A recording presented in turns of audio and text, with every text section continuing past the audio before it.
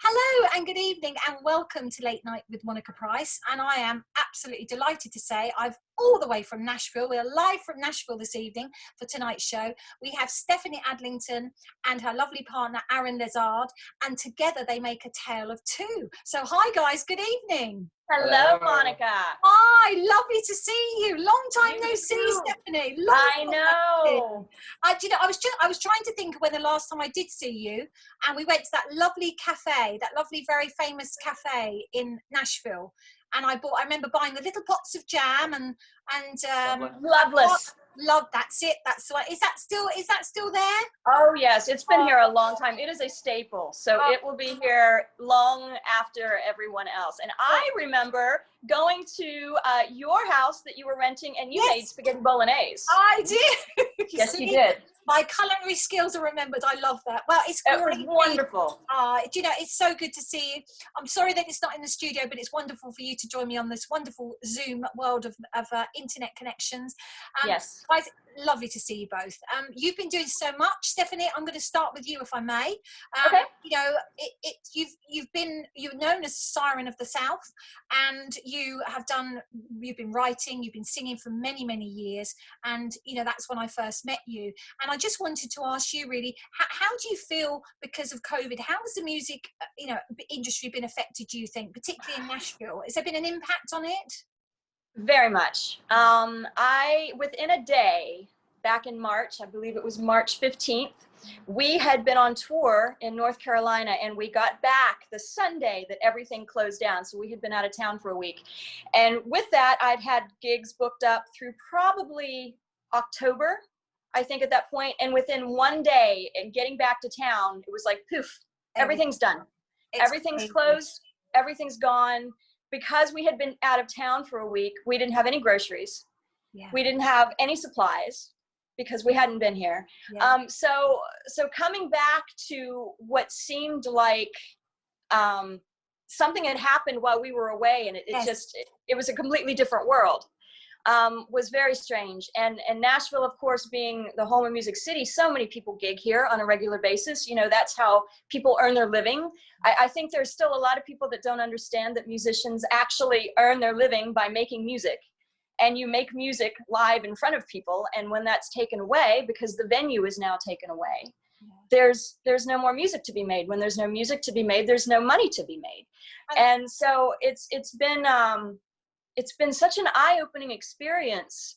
Also, on a personal level, just to kind of see how the arts have been treated. Yeah. And you would think that in a town like Music City, musicians would be treated a little more important, because we actually do create the tourism that people come to see. And we've literally been the last to be compensated or anything. Finally, Save Our Stages, I think in this last bill that was just passed, they're finally going to do something with that. I've been talking about Save Our Stages since May, because again, if the venues close, there's no music. Yeah. I think it's just so, music has been so important, and I've discussed this with many of my guests, the fact that music has become so important, especially during lockdown. People have turned to music, for their mental health, just because it makes them feel better.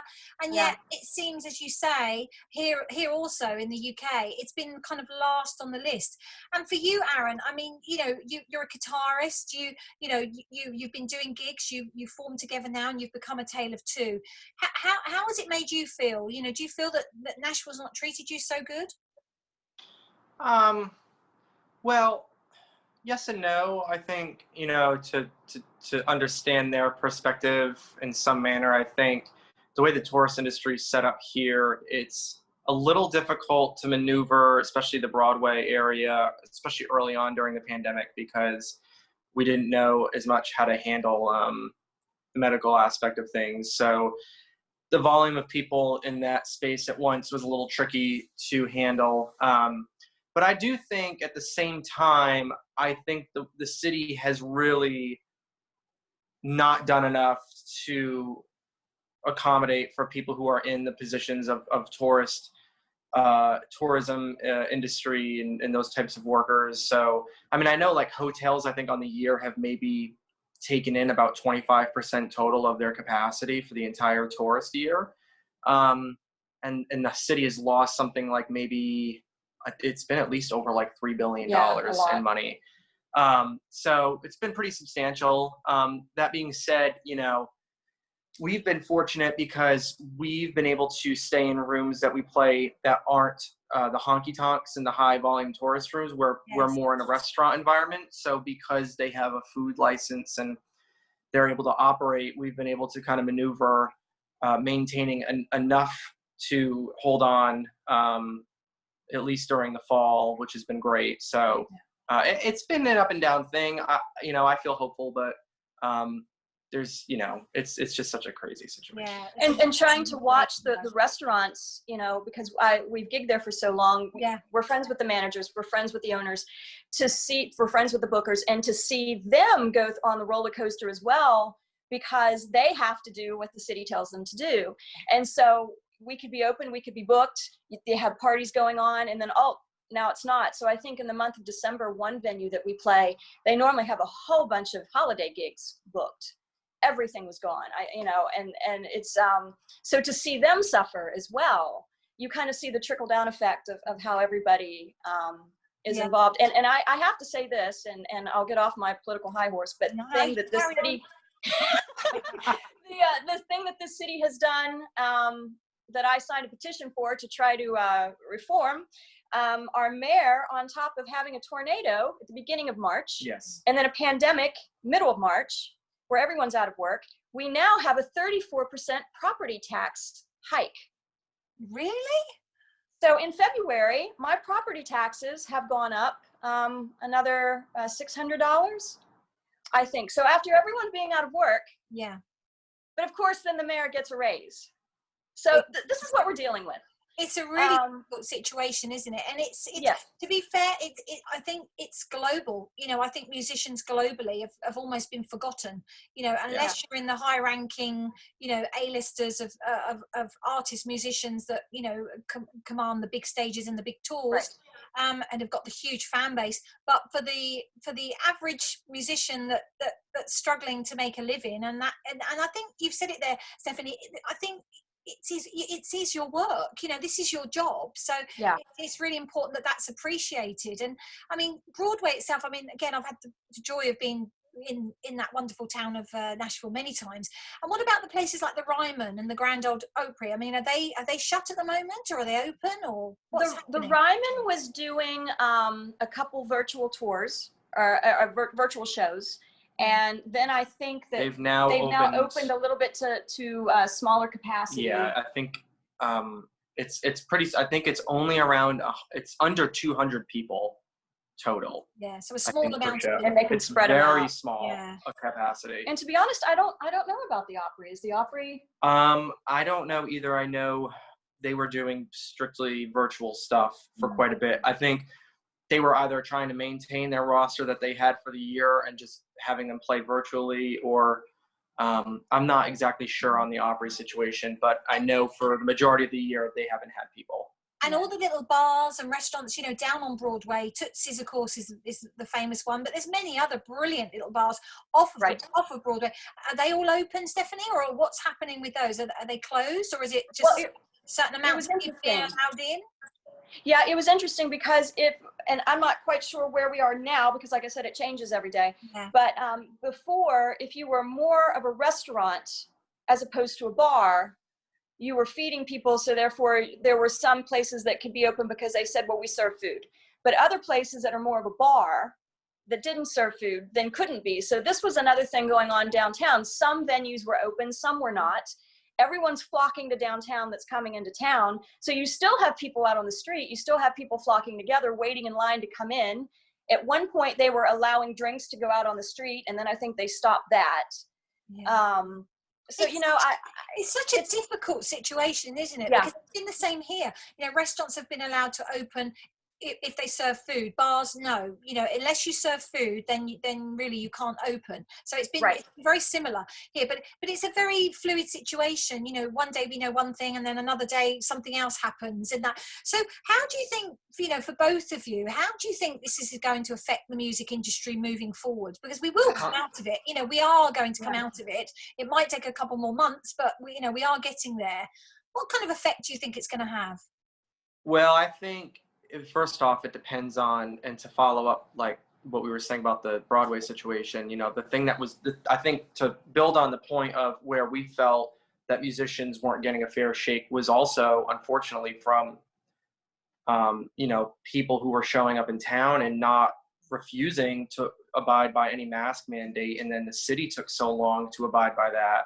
So that was a frustration. But I think, to follow up on your point, it depends on numerous things. It just depends on how quickly the vaccination gets rolled out. It depends on people's ability to just do what they have to do.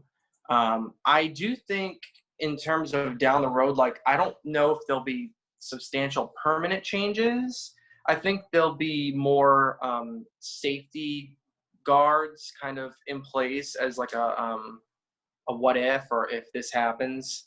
But I don't foresee anything. I mean, I think what we've learned from this experience, from us personally, is the live stream stuff was a kind of ability for people to extend their generosity this year and really offer, you know, they were hungry for music, and they were very, you know, for a good period of 4 or 5 months, were so gracious in terms of supporting that in numerous ways, whether they were promoting it or financially promoting it.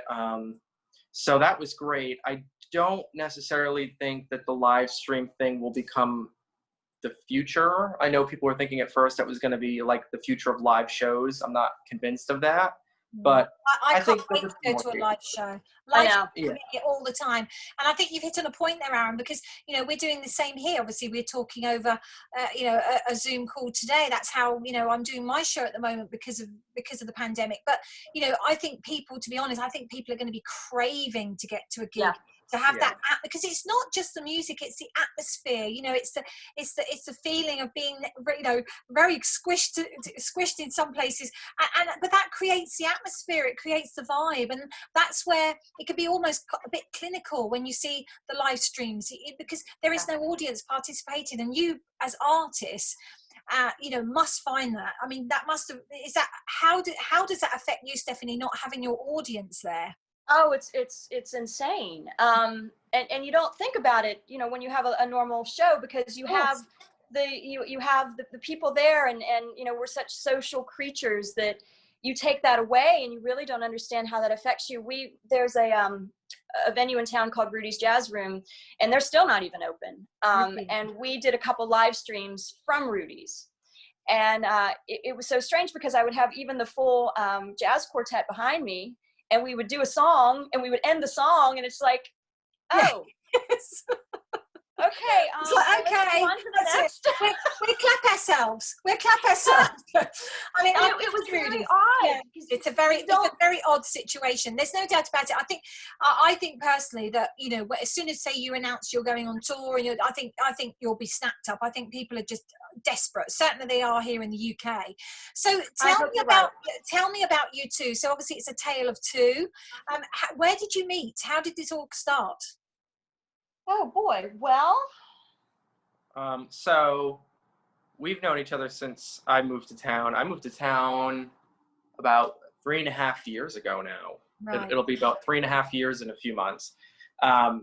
And, you know, I was just kind of getting acclimated in town for about a year, and just, you know, paying dues and whatnot. And well, before you even say that, I think, Monica, you understand this, and we'll get started. He hates it when I interrupt him. Look at him.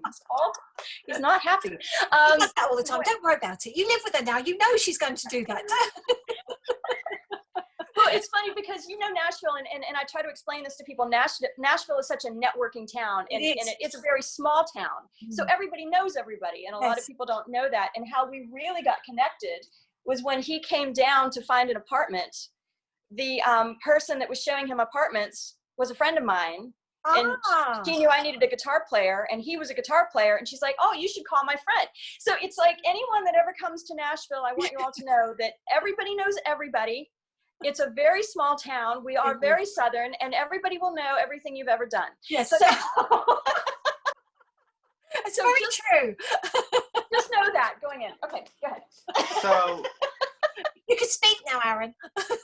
we did a songwriting series in Memphis about 2 years ago now, and we decided just to do our own original music together. And at the time, I was doing something else, and then we kind of thought, okay, well, it seemed like people really liked kind of our chemistry on stage. So I thought, well, why don't we try and do a duo thing? And at first, we didn't really put much thought as to kind of what music we wanted to do or anything like that. So it's pretty individual for quite a while, which was a little strange now that I think about it. But yeah, it was. But, okay. But that being said, we finally decided, okay, if we're going to keep doing this and tour it, we need to actually turn it into a group. So we turned it into a tale of two. And, our whole premise for that was, let's take, this whole caricature that Stephanie's created, the Siren of the South and the Southern Gothic kind of Americana with other influences. But then with me coming in, I wanted to really add more of a guitar and singer-songwriter element to it to kind of broaden things out a little bit and emphasis harmonies and melody and storytelling. So it's kind of blended into this new thing. And has it worked? Has it worked for you both? I mean, are you both enjoying doing what you're doing? Yeah, it's definitely been it's been very interesting for me, because I've had kind of my own thing for so long. Yeah. That I didn't have anyone to harmonize with, so I didn't really work on harmony. I didn't do that. So when we started, it was really interesting to kind of let your ear go in a different direction, because now you're just not melody, now you're harmony, and now you're switching back and forth, and now we have to blend, and now we have to phrase. And I generally, when I gig, I just kind of get up and do my thing and kind of zone out and go into my own little world. And it's been interesting to realize, wait a minute, there's actually someone here now that I have to communicate with a little bit more, as this is the two of us. And so I think that's been really the biggest shift for me, which you wouldn't think would be such a big deal, but it was definitely a learning curve to start listening.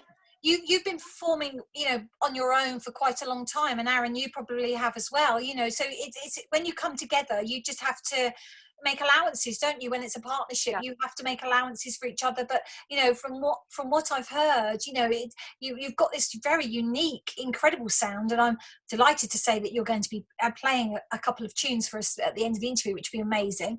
But it's just, how do you feel, both of you, now you are a tale of two? Have you found your niche? Is this where it's going to be? I think so. It's still very new. We just finished recording our EP. Got to work with a great producer in town who's worked with a lot of larger acts, which was great. Fantastic. And, can you name who's the producer, Aaron? So we worked with Roger Allen Nichols, and he's worked with Paramore, Larkin Poe, Tyler Bryant, The Shakedown. He's worked with Steven Tyler. Elvis Costello. Oh, lovely. So and he's a great guy. Roger was a really awesome person to work with, and just good energy and great input, and having that experience in the room of somebody who's worked with larger talent, and to kind of pick off different ideas and bounce off different ideas was really necessary for us. And so, we did a 6-song record. It's kind of a mix of everything between more of Steph's influences and then some stuff that's a little more of my influence, and it's just blended together into this kind of, it's almost like if Delta Blues took a trip to New Orleans. Oh, fantastic. And then packed its bags and went to Paris. Yeah. A great way to describe it. And Stephanie, does it have a name? Have you titled it yet, your EP? I think it's probably going to be self-titled. It's just going to be a tale of two. And the reason we came up with the name A Tale of Two. Yeah, I was going to ask you that. Tell me about that. Yeah, well, in my stuff that I was writing, I love Southern Gothic literature. I love that world. And I was always trying to create stories of things that I've read, you know, in the past, or how do I take kind of this idea and how do I expand upon it, and what world do I want to create within that?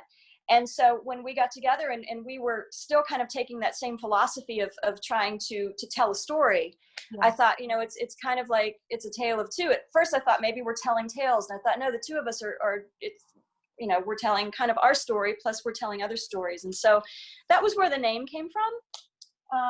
Great. So, yeah. Are you writing? Is all the music written by you? Is it? Yeah. And you do that together? Are you writing together? Yeah. Yeah. So Stephanie, more than anyone, including myself, we have this thing where we are not good at writing with other people. I'm an only child, and I don't like to share. She's a non-sharer, Aaron. She's stating it here. You need to be careful of this lady. No. But we're happy that we, you know, I think because it's a pretty different project from typical Nashville, I think it was important to first to set in motion kind of what this is and have our own take on it entirely and make it ours and create this persona and collection of songs. So yeah, everything is totally self-written by us. We had some great players on the record. We worked with Dave Jakes, who was the bass player for John Prine for probably over 20 years. Yeah. We worked with Caleb Crosby, who's the drummer for Tyler Bryant and the Shakedown. We worked with Eamon McLaughlin, who is, I think, the utility player for the Opry House Band. Fantastic. As a Grendel Opry. And his fiddle and mandolin, I have the biggest crush on the instrument mandolin right now. I just think it's the coolest thing ever, and I can't get enough of it. And Michael Webb. Yeah. Who played the accordion. We have accordion, which kind of goes back to the Frenchness. So, that's great. That's where the Paris comes in there. Yes. But I mean, it sounds like you're trying to kind of make your own sound, your own unique brand of sound. And I mean, in Nashville, Stephanie, are people still there? Musicians, they haven't fled, have they? Are they still there in Nashville? They stay put? You know, that will be interesting to see when this is all over. I don't really know. I know that my kind of core friends are. I hope they've stayed. You know, I hope Nashville doesn't lose that, because that's what makes it so magical. You know, it would be a real shame if the pandemic's caused it to kind of break down like that. Yeah. But are the studios still operating? And you know, obviously we've spoken about bars and things. What about studios and places like? Studios have done a good job of figuring it out. I think, you know, with studios, because you have isolation rooms and you can really put people in separate spaces in a typical manner anyways, it doesn't you know, the thing you just need to worry about in a studio space is just wiping things down. And outside of that, it's pretty comfortable. So studio sessions have been going on. I think a lot of people have been recording music who can financially afford it, you know, hopefully. But I think, you know, I know talking to some people, it's been a down year for studios in general, just because I think of the financial aspect, but they've still operated. So they're certainly still going. That's good. And I mean, last time I was with you, one of the times I was with you, Stephanie, we went to Beaumont University. And, you know, is that still, I mean, the students still coming in? Is the university still open? That was interesting too, because, you know, I teach there. And so the fall, everything that wasn't critical was canceled. So I teach a lot of electives. I have a lot of songwriting majors and music business majors that take voice. But because that wasn't their primary instrument, it was cut. So I haven't been back since last April when we finished spring semester. I will be going back for one class this spring, but not any privates after that. So gradually it's coming back. And I really, really feel for students, because, you know, you go to college for the college experience. That's right. Yes. And especially if you're going to Belmont in a music business program or something, you go again for the connections, for the networking. And if you're not allowed to network and be out in groups, you're not getting the full experience of what you're there for. So it's difficult, you know. It's a very difficult time. I mean, I find it really great that you two have managed to work together and, you know, and get this EP out. So now, when is this going to be released? Is it going to be released soon? So we're taking the month of January to figure out some, I guess I would say, opportunities for release. Yeah. So we're exploring some opportunities, knock on wood. Yeah. But so we're you know, we're not going to hold on to it forever because of the pandemic. But we're going to, because people are desperate for music, Aaron. You know, people are desperate for it. You know, yeah. I think you should, you know, if you've made it, and from what the bits that I've heard of it, it's incredible. So, you know, get it out there so people can enjoy it and get pleasure from it. Yeah. So and that's kind of where we're at this point. So we're going to be shooting for something around the April to May timeline. We just want to have enough time before it to kind of ramp up any promotion. And, you know, we're pretty confident at that point. You know, from what I've heard, it seems like in terms of the major concert promoters like Live Nation and such, they're at least planning to start booking concerts in major rooms for June and July. That would be great. Yeah. So, I mean, we'll see if that happens, but I'm pretty confident that we should be able to at least go promote this in terms of touring at some point in the summer. And both of you must be missing the touring experience. Oh yeah, yeah. Especially because we have been fairly new at it, just because this group is new. Yes. So for us, I mean, we were starting to pick things up a little bit, and then right around March, we did a really great little run down in North Carolina. I got to go play Asheville, North Carolina for the first time, which is a great city. Yeah. And then we had a great showing in Virginia, and then, you know, so we'll see. I mean, everything's going to be ramped back up. You've got all this to do, and the wonderful thing is that, you know, you're looking forward to it, and it's going, and you know, your passion and your enthusiasm for your music, you know, it will come through. So Stephanie, what's going to be the title? Do you know the title track of the single? Are you going to release? Oh, is everything going to be released at the same time, or are you going to release one first? You know, that's a brilliant question. We don't know yet. That depends on kind of how this next month goes with January. Yeah. And then I know that I can't pick that. I'm quite awful at. I have 6 songs that I love. Which is going to be the lead off? I don't know. I need guidance on that. Well, Send them to me. Let me have a listen. I think my favorite. See, and I can't even tell you what my favorite song is, because I feel like they're all so different and they all have their own space. Oh, you will definitely, once we have this, you'll get your little private link. Oh, yes. I need to hear, absolutely. Now, what are you going to be playing for us tonight? What are you going to do us a couple of songs if you can? Yeah, we would love to, if that's all right. That would be absolutely wonderful. So, Aaron, that's a very nice guitar there. You're picking up. Yes. Look at that guitar. Look at that. Oh, you know you're in Nashville when you pick up a guitar like that. Yeah. So this is a. So tell us about your guitar. What is that guitar? This is a National. It's an American. It's a resonator. It's a company that's been in America for probably 100 years now.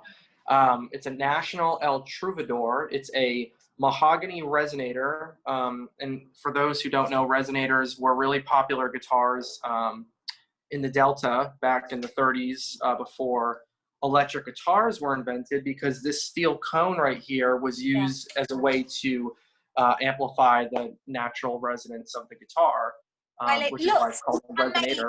So I'm going to sit back and enjoy. So Stephanie, would you like to introduce your first song?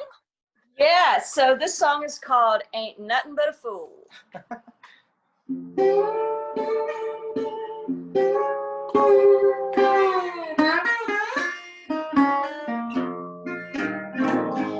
Last time's coming round again. Lord, he's on another bench.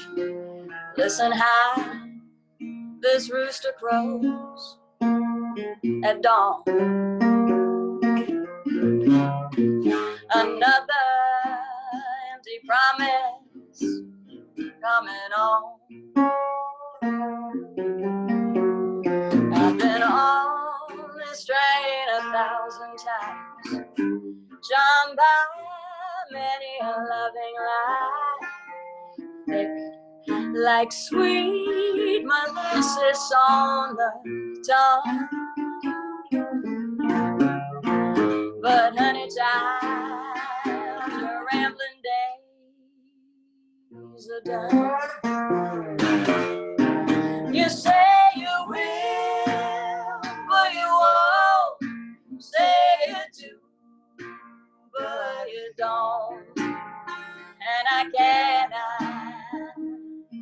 do this no more. You ain't nothing but a fool, nothing but a fool.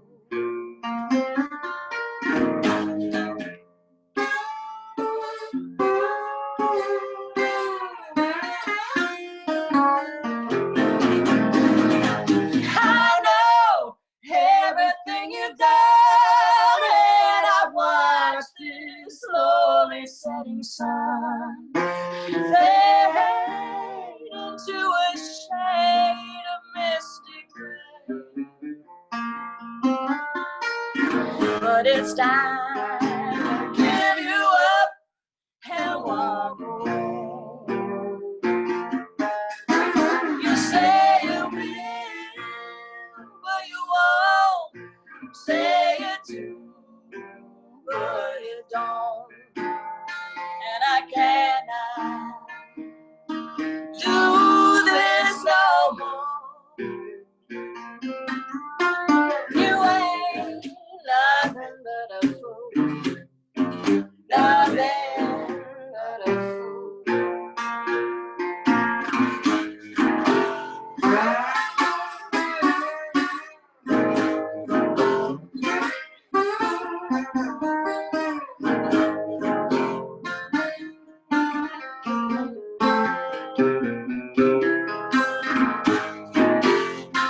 And when I turn and walk away, I'm sure you'll think of what to say. But I'll be long, long, long gone. 'Cause you ain't nothing,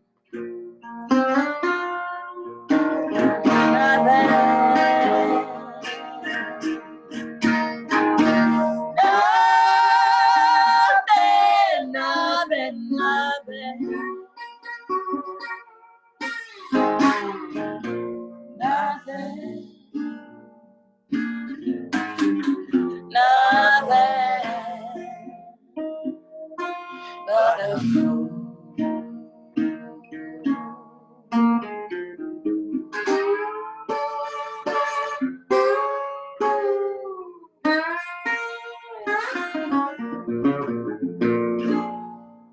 Woo! I'll give you the round of applause. I'll be your audience. That's fantastic. That's amazing. And that one's called Ain't Nothing But a Fool. Ain't nothing but a fool. And nothing but a fool. I love it. I love it. Well, and if you, yeah, sorry. So you kind of know, well, you know a lot of the jazz stuff that I've done, and kind of what I used to call jazzicana, which was kind of jazz and Americana combined.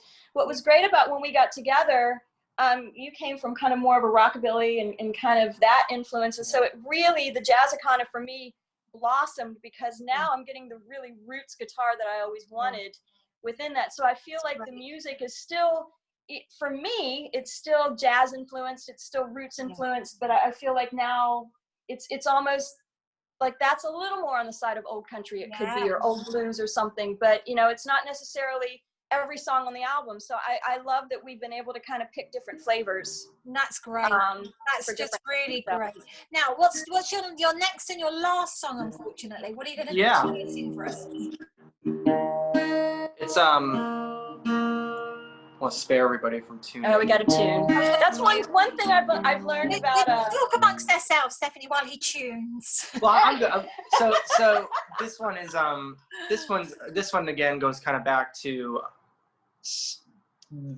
the interesting dynamic between, like, that last song was definitely more of a Steph type thing, as a original idea.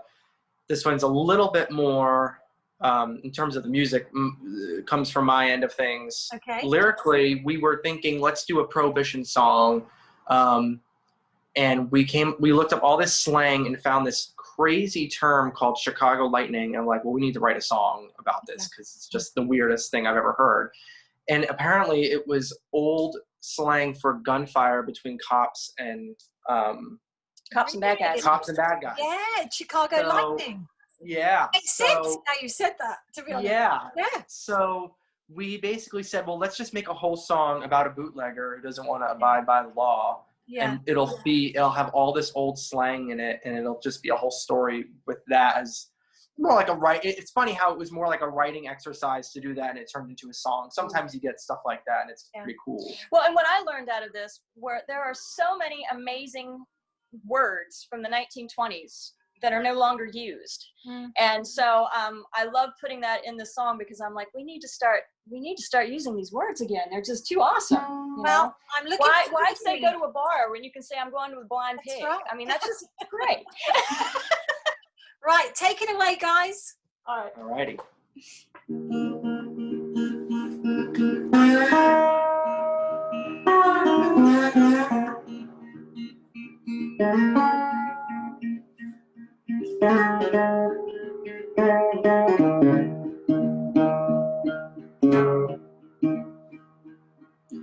Oh, Chicago lightning, send us back in town. I ain't no prohibition man, so pass the hooch around.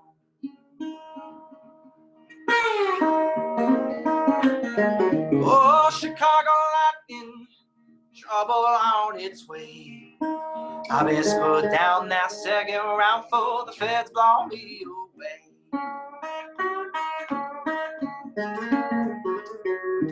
No, no, no, no, Lord can't save my soul.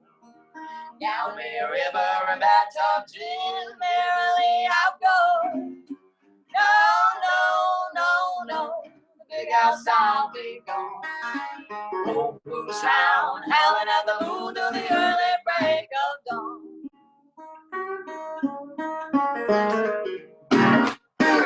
Oh, Chicago lightning, top shelf falsified.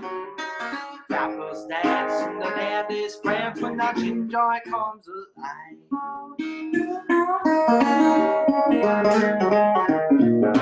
Oh, Chicago lightning, born it wet or dry. Seeds on the bridge, copper sneak left the rocker keep me high.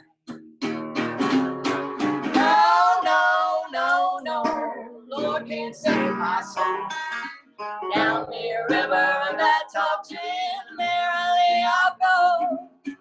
No, no, no, no, the big house I'll be gone. Old blue town, howling at the moon till the early break of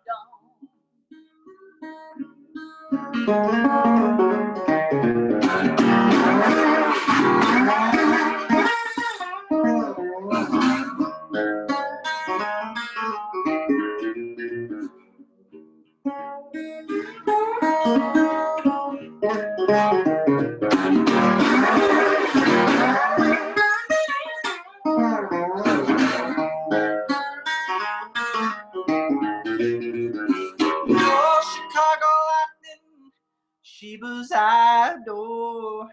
The clock strike one till the blind pig gone. Loving me till the morn.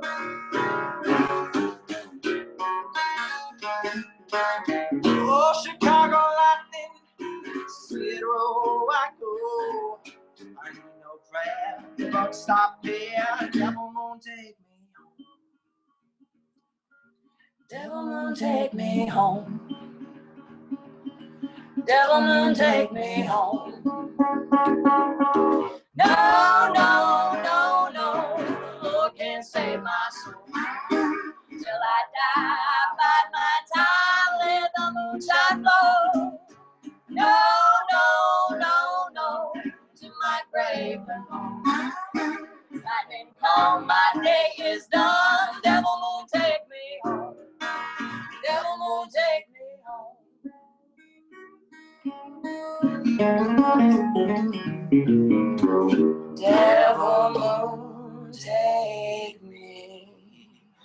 home.